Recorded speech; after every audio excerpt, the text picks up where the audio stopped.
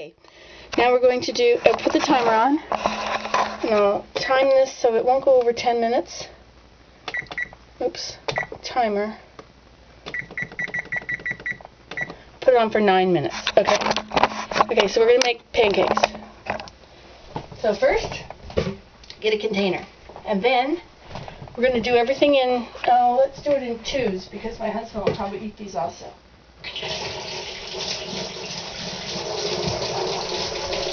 So we'll put a couple cups of water in here. And we'll put in a couple eggs. Oops. Hey, you got on a t-shirt. I mean, a short sleeve thing. Okay, so we got 1, 2, and I don't need to add any oil because there's oil in there, but I'm going to add just a little bit of olive oil because, well, first of all, it wrecks away its taste, but it's good for you, I guess. I don't know.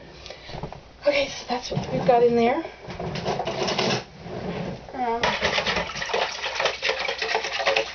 We could add some sugar, but we don't really need sugar. Hey, this didn't turn on. Gotta turn on and warm up. Okay, 350. Water, eggs. You could use milk if you wanted to. What was I going to use? Water, eggs, flour. That's it. That's what I do. Okay, so flour is behind you here in the corner. See, I even hung up my onions. Because they're always in the way. The cows eat them for hay. They hide the food on Daddy's shirt. They're always in the way. Okay, so 2 cups of flour. And we need some baking powder. You're having a hard time staying with me, aren't you? Baking powder. Nice tablespoon. Measure the tablespoon first into your hand and then you'll know what it is forever. You don't ever have to use a spoon, a tablespoon to make this. Okay, now, that's pretty pancakey.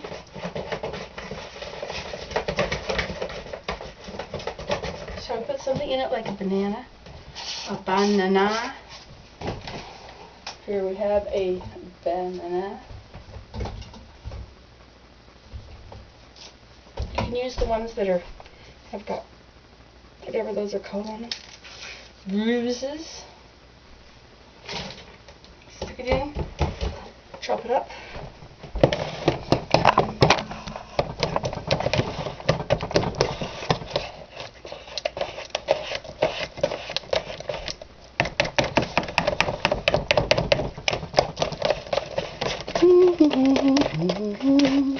Because eat them for hay, they hide the dirt on Daddy's shirt. They're always in the way. Try to chop up that banana.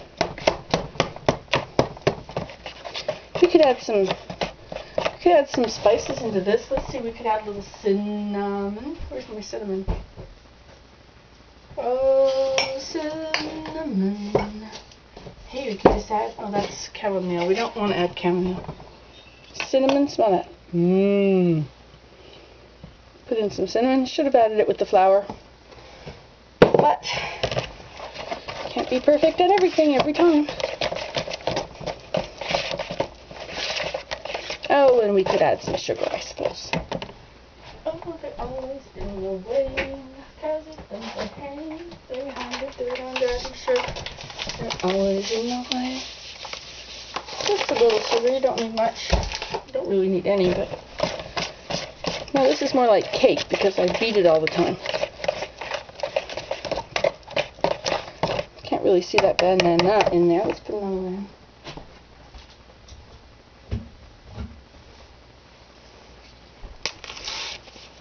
So it's almost like banana bread. And I will put those into compost. I will chop this into pieces.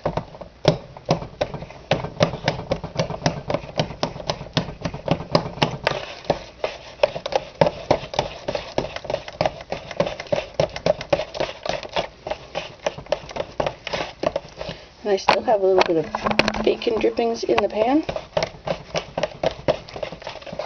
These are going to be kind of thick.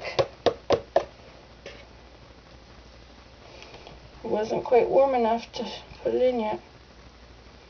Should have used a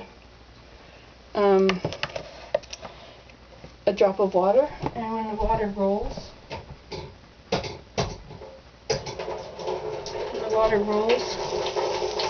oh, okay, it's ready.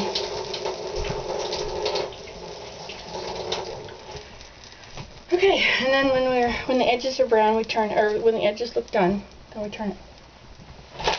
Good morning. Good morning. I'm making you pancakes today.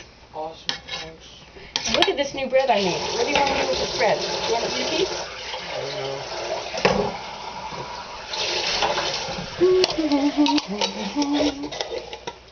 This does not look like it's cooking very fast.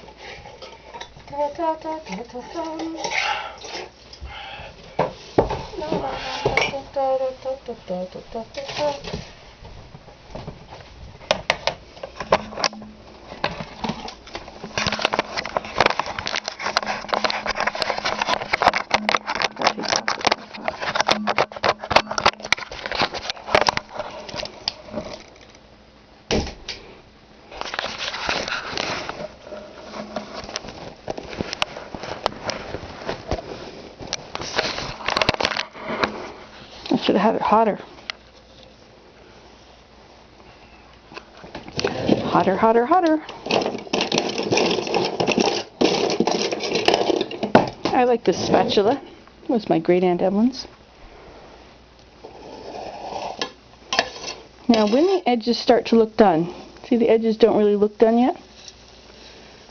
But when they start to look done, it'll also be browning on the bottom.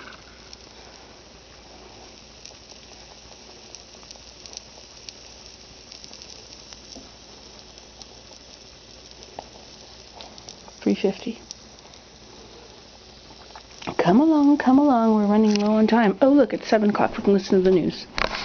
When was the last time you heard the news in Canada? Canada has set an unprecedented goal for the Vancouver Games. Not only do organizers hope to put on a spectacular show, they also say they're on track with plans for this country's athletes to finish #1 overall in the medal count. As Teddy Katz reports, some say it is rather un-Canadian. This is going to be Canada's day at cross country.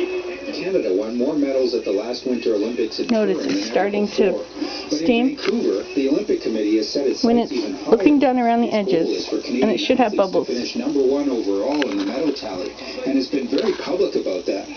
Ross Rebliati, who won an Olympic gold medal in snowboarding in 1998, says he doesn't like this brash attitude. I got 1 minute I left. think that we're, this very subdued society, and, with this kind of attitude, it just seems like it's getting off track a little bit. To prematurely talk about how much success we're going to have is a little bit pretentious.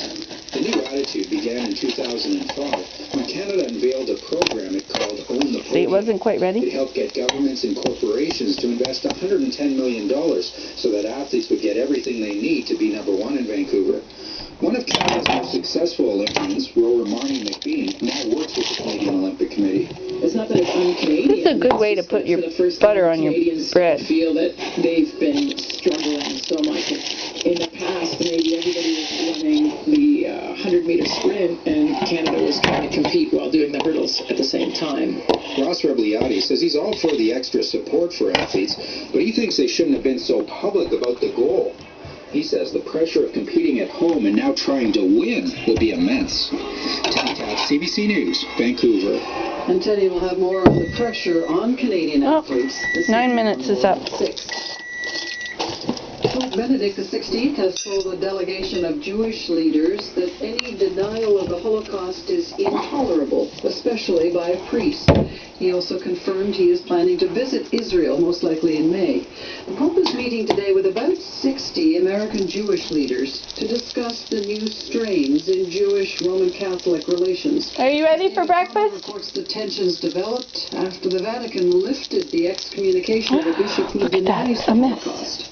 I believe that the historical evidence is hugely against 6 million Jews having been deliberately gassed in gas. Since his words were first broadcast, Bishop Williamson has lost his seminary and being told by the Pope to recant his position.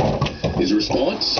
I'll take another look at the evidence. The Simon Wiesenthal Center says Williamson is not the main problem, but the Society of St. Paul's. Okay, that's it. They're done.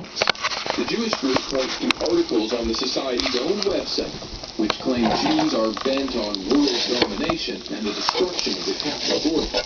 Benedict intended the rehabilitation of that society and its controversial bishop will unify the church. You're welcome. In so doing,